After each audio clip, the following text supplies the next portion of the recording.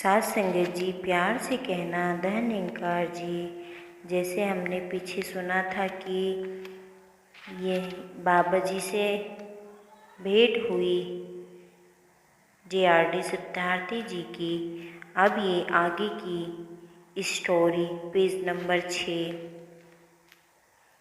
यह थी मेरी पहली भेंट निरंकारी बाबा अवतार सिंह जी से, जिन्हें उनके श्रद्धालु भक्त भगवान से कम दर्जा नहीं देते और उनके सीधे साधे तर्क मेरी बुद्धि को तो ठीक लगे, लेकिन मेरा मन उन्हें एकदम मानने को तैयार न हो पाया। मेरे हृदय में एक नहीं ऐसी लाखों शंकाएं विद्यमान थी, जिनका समाधान प्राप्त किए बिना मैं उनके सामने नतमस्तक होने को तैयार न था। परिणामतः मुझे जब भी अवसर मिलता मैं उनके चरणों में उपस्थित होता और बड़े ही प्यार से मेरी हर शंका का निवारण कर अलौकिक आनंद प्रदान करते।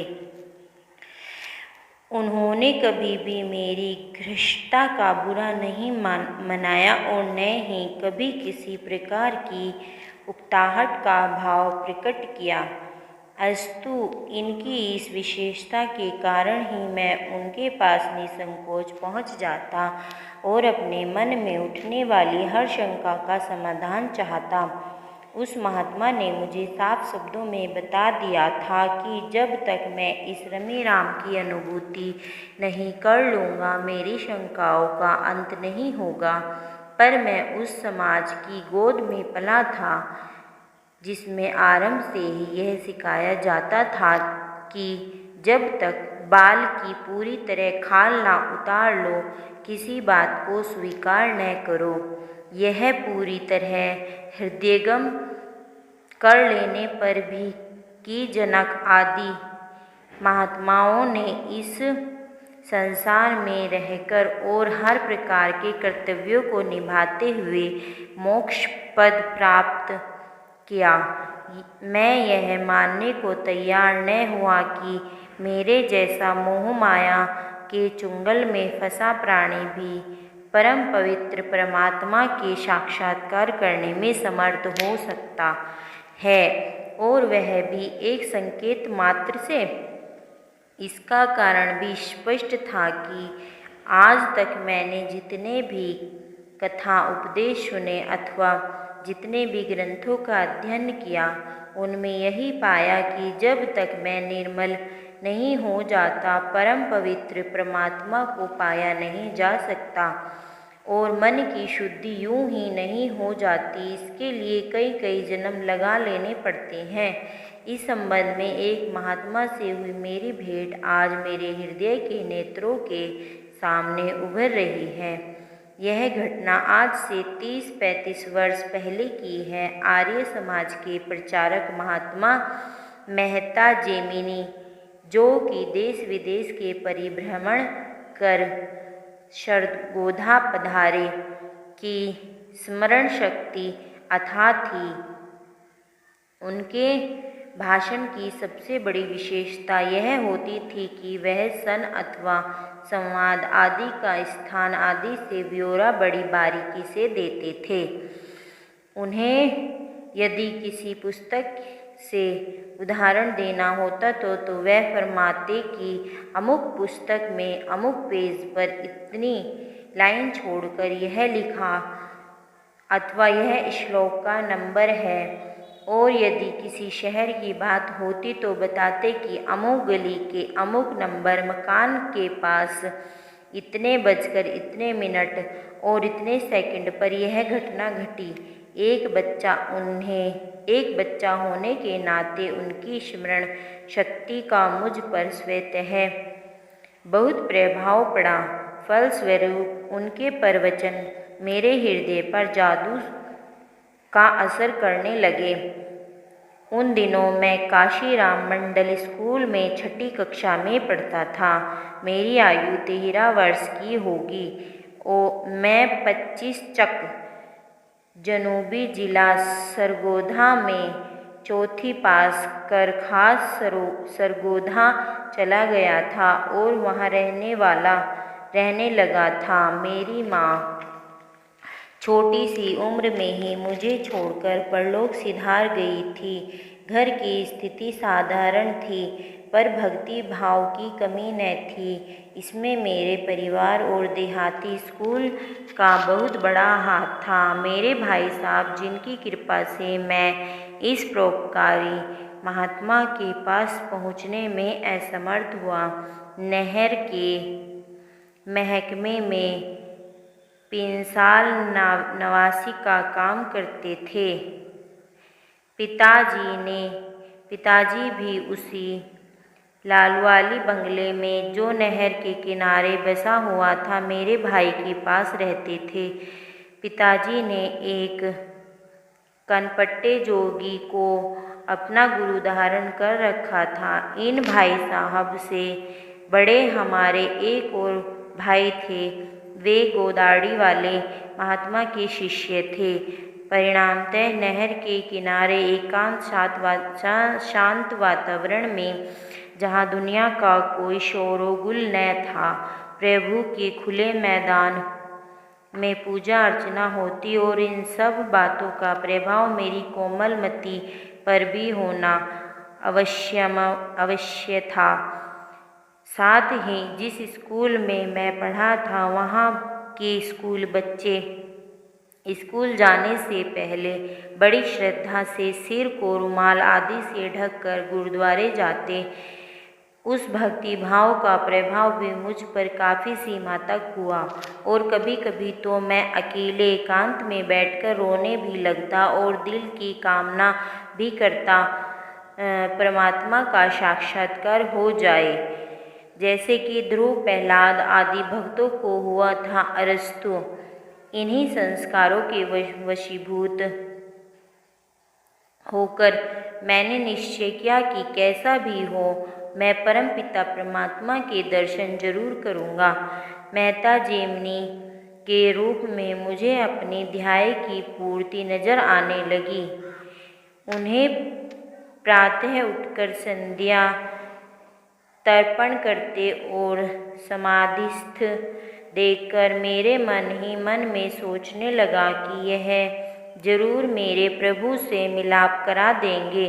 अतः उनकी कृपा दृष्टि और प्रसन्नता प्राप्त करने के लिए एक दिन मैंने बड़ी ही स्वादिष्ट खीर तैयार की और रात भर उसे चांद की चांदनी में रखकर ठंडा किया।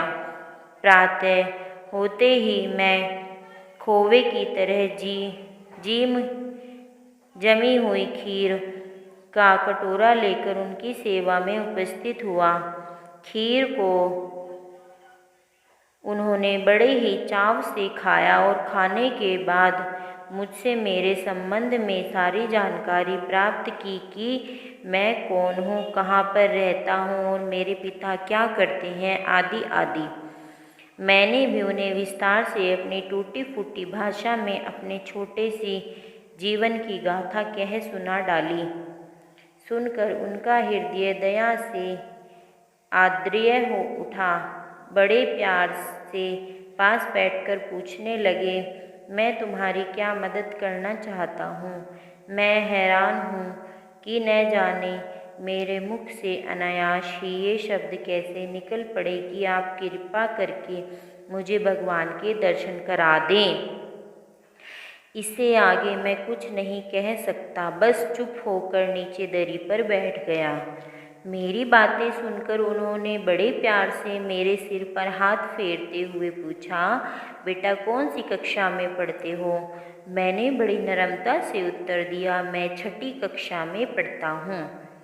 क्या तुम बता सकते हो कि BA पास करने में कितने वर्ष लगते हैं। उन्होंने फिर पूछा। 14 वर्ष लगते हैं। मैंने डरते डरते उत्तर दिया। 14 वर्ष भी तब यदि विद्यार्थी 1 साल में ही उत्तीर्ण हो जाए, अन्यथा इससे भी अधिक वर्ष लग सकते हैं, ठीक है ना। उन्होंने थोड़ा झिझोड़कर पूछा। हाँ जी। इतना कहकर मैं तो एकदम चुप हो गया, पर वह कहते ही गए, बीए जैसी मामूली पढ़ाई के लिए तो 14 वर्ष की लंबी साधना की आवश्यकता है, पर परमात्मा का ज्ञान तुम्हें कुछ ही क्षणों में, और वह भी खीर की एक कटोरी के मूल्य में ही पाना चाहते हो। यह तुम्हारा केवल बालहट है बेटा। इसके लिए अनेकों जन्म तपस्या करनी पड़ती है, तब कहीं जाकर एक आत्मा पवित्र होकर परम पिता परमात्मा की अनुभूति करने में समर्थ हो पाती है। अस्तु बेटा, संध्या आदि करते चलो, तुम्हारा यही कर्तव्य है, इससे आगे भी सोचने की जरूरत नहीं। उनका यह तर्क मेरे कोमल हृदय को प्रभावित करने के लिए काफ़ी सबल था। यह धारण समय पाकर और भी दृढ़ हो गई, क्योंकि इनके पश्चात जिन जिन विद्वानों से भी संपर्क हुआ, उन सब ने भी इसी से मिलते जुलते विचार व्यक्त किए। जीवन में कुछ ऐसे महात्मा भी आए जिन्होंने संत कृपा, प्रभु कृपा और गुरु कृपा की महत्ता से अवगत कराने का प्रयत्न किया और बड़े विस्तार से बताया कि एक कर्म साध्य मार्ग है तो दूसरा कृपा साध्य मार्ग, मगर उनकी विचारधारा का मुझ पर कोई भी किसी प्रकार का प्रभाव न हुआ। सच तो यह है कि संस्कार और धारणाएं मुझे इस बात को न मानने पर विवश कर रही थी कि परमात्मा की एक क्षण में अनुभूति हो सकती है, और वह भी एक संकेत से। इस विषय में मैंने उस महात्मा यानी निरंकारी बाबा जी से अपनी विद्या के बल पर काफ़ी तर्क वितर्क किए। आखिर एक दिन उन्होंने मुझे इस प्रकार समझाया, देखो बेटा, मैंने न तो शास्त्रों का अध्ययन किया है और न ही विशेष योगादि साधनों को अपनाया है। मुझ पर तो मेरे गुरु की कृपा हुई, उन्होंने मेरे गुण अवगुण की ओर ध्यान नहीं दिया। यह मेरे जीवन का निजी अनुभव है, इसके लिए मुझे विशेष प्रमाण देने की आवश्यकता नहीं है। हाथ कंगन को आरसी क्या, तुम स्वयं इस समय इस महान शक्ति की अनुभूति कर सकते हो, पर शर्त यह है कि तुम्हारे मन में प्रभु प्राप्ति की इच्छा होनी चाहिए। यदि वाद विवाद तर्क वितर्क ही करने चाहते हो तो इससे तो कुछ प्राप्ति होने वाली नहीं है। यह सुनकर भी मैं चुपचाप बैठा रहा। मेरे हृदय में नतमस्तक होकर पूछने वाली भावना ने अभी जन्म नहीं लिया था।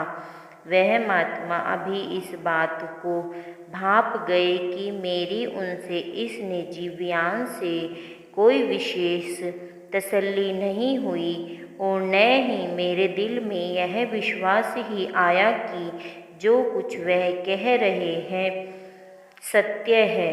मुझे एकदम मौन पाकर उन्होंने फिर फरमाना आरंभ किया, मैं जो बात कहता हूँ लोगों को पहले पहल उल्ट सी लगती है, परंतु बाद में वही लोग मेरी बातों का समर्थन करने लगते हैं।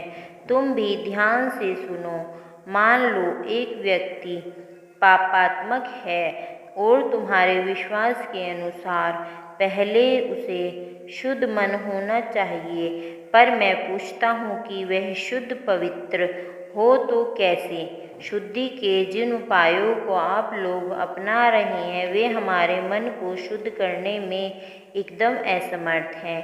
जरा ध्यान देकर सोचो तो तुम्हें इस तथ्य को स्वीकार करने में रत्ती भर भी संकोच न होगा कि कभी तो हम हवा का, कभी पृथ्वी का, कभी जल का सहारा लेकर मन को पवित्र करना चाहते हैं, पर ये वस्तुएं आत्मा को पवित्रता प्रदान नहीं कर सकती। इस विषय में उन्होंने एक ऐतिहासिक घटना सुनानी आरंभ की। साथ संगत जी प्यार से कहना। धन्य निरंकार जी।